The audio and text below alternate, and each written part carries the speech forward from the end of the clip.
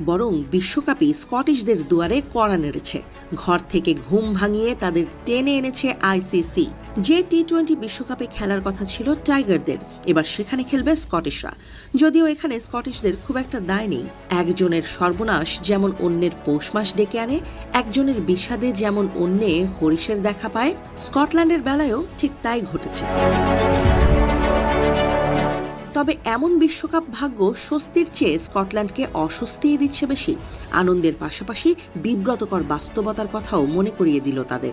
যোগ্যতা অর্জনের স্বাভাবিক পথ পেরোতে না পারলেও আন্তর্জাতিক রাজনীতির টানাপোড়েনে তৈরি হওয়া শূন্যস্থান পূরণ করেই টি-20 বিশ্বকাপে জায়গা করে নেয়া ইউরোপের দলটিও তাই খুশির মাঝেও বেজার। আর সেই অপ্রত্যাশিত সুযোগের পেছনে থাকা পুরো ঘটনা প্রবাহ নিয়েই মুখ খুলেছেন ক্রিকেট স্কটল্যান্ডের প্রধান নির্বাহী ট্রুডি লিন্ডব্লেড। বাংলাদেশের জায়গায় স্কটল্যান্ডের বিশ্ব